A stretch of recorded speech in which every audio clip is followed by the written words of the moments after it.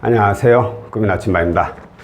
오늘은 자동차 담보대출 사례에 대해서 안내를 해드릴 건데, 이 자동차 차량 가액보다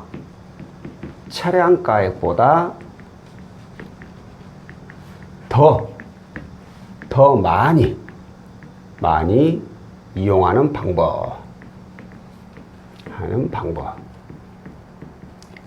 그러니까 차량 시세보다 더 많은 대출을 이용할 수 있는 그런 사례에 대해서 안내를 해드릴게요.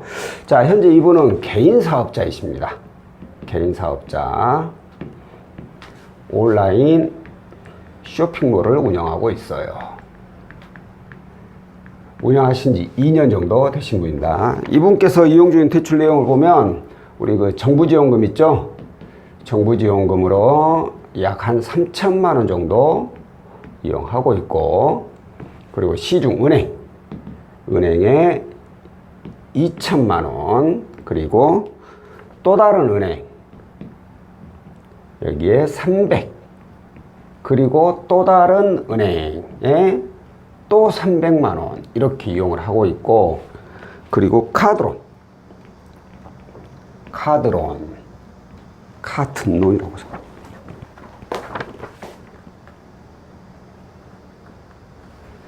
카드론 한 건에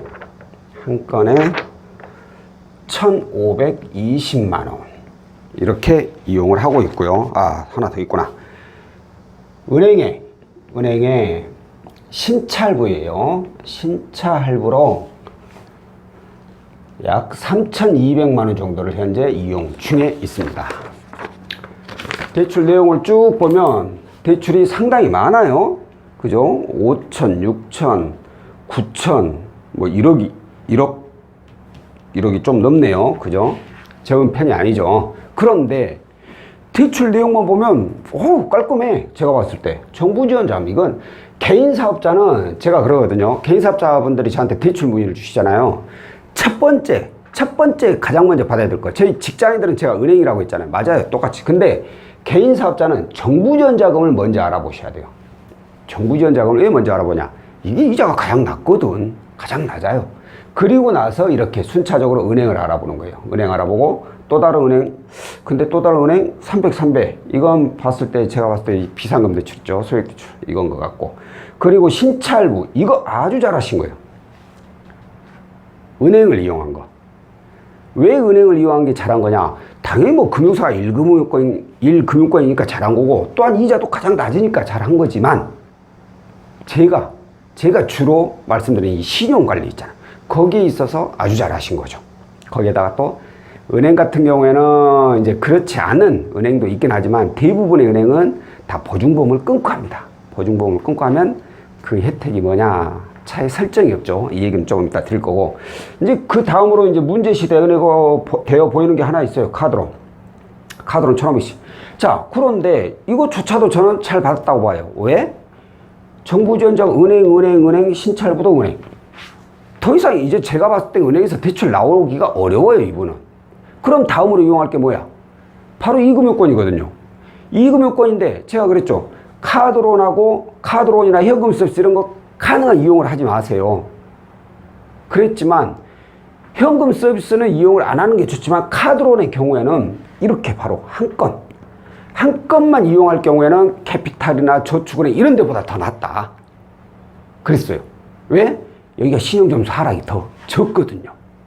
그래서 카드론 딱 이용한 거야. 그것도 딱 한 건으로. 이것도 한 건이라 뭐 2건, 3건, 4건 이렇게 나눠서 받아버리면 건 잘못된 거야. 근데 이것도 딱 한 건. 이분은 대출을 제가 봤을 때는, 제 기준으로 봤을 때는 정말 잘 받으셨어요. 그런데 이제 이 와중에 요즘 사업하시는 분들 많이 힘들죠. 그러다 보니까 추가 자금이 필요하신 거예요. 추가 자금 본인이 원하는 게 추가 자금 약 한 8천만 원 정도를 원하셨어요. 8천만 원. 자, 그런데 좀 전에 제가 얘기했죠. 정부지원자금 은행 이렇게 딱 받고 더 이상 은행에서 대출이 안 나오니까 이제 카드론을 이용을 하신 거라고.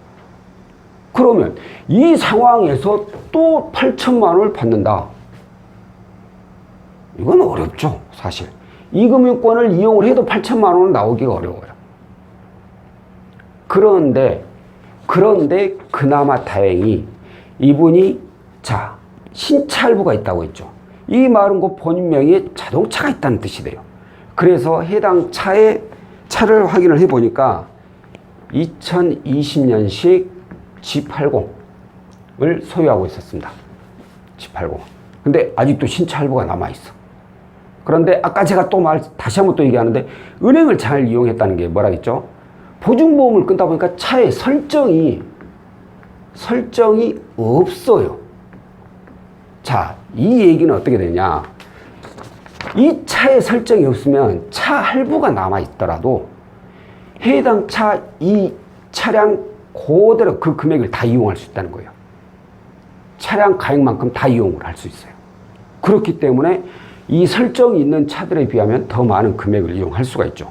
거기다가 이분의 신용점수가 어떻게 되냐면 현재 나이스가 869점, K12가 833점, 신용 점수도 좋아.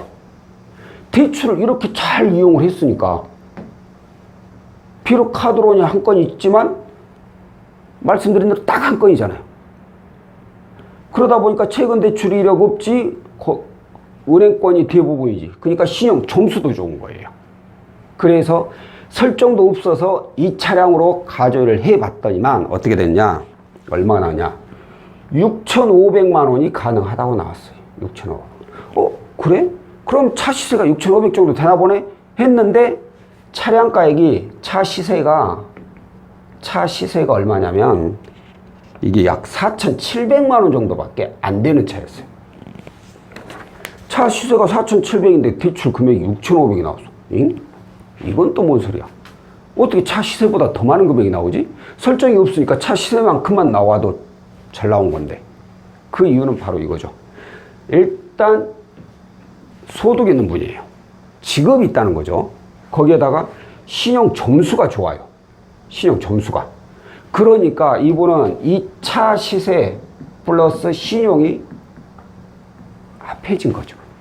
그래서 금액이 6,500만 원까지 시세보다 더 많이 나온 거예요. 근데 문제는 이분이 추가되면 한 8천만 원 필요하다고 하셨어. 8천만 원은 부족해.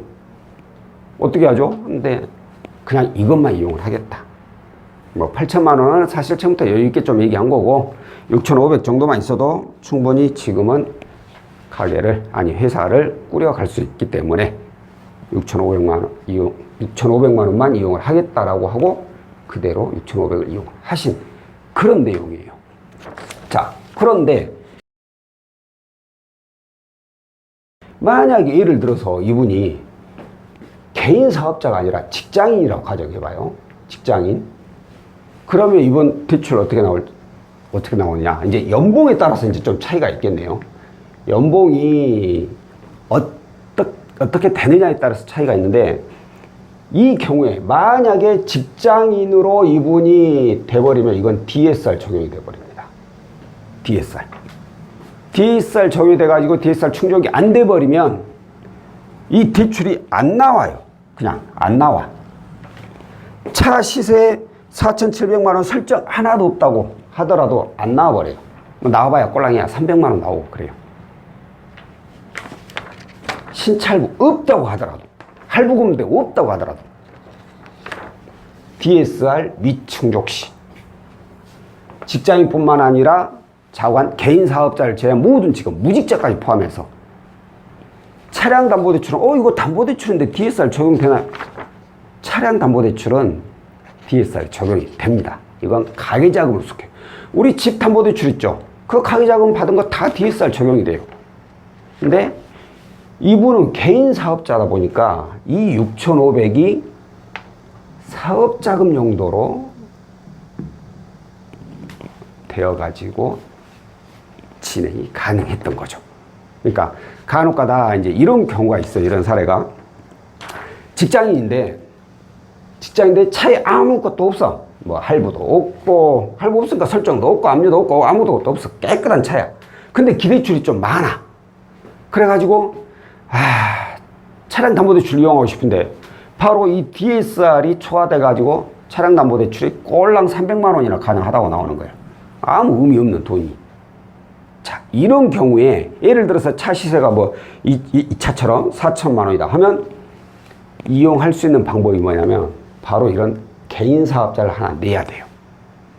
사업자를 하나 내 가지고 사업자금 용도로 이렇게 진행을 해서 이용하는 경우가 지금 종종 있습니다. 직장인들 아니면 그의 뭐 프리랜서 아니면 무직자 이런 분들이 이렇게 해서 본인이 원하는 금액을 구하곤 하는데, 사업자야 당연히 사업자 있으니까 개인 사업자분들은 사업자 있어 상관없고, 그 외에 직업이신 아니면 무직자이신 분들은 만약에 DSR 미충족이, 그러니까 DSR 초과가 돼버린다면은 이분들은 사업자를 내 가지고 이용하는 방법도 한번 고려를 해볼 필요가 있다, 그 내용이었습니다. 자, 오늘 영상은 여기까지고요. 다음번에 또 다른 내용으로 찾아뵙도록 하겠습니다. 고맙습니다.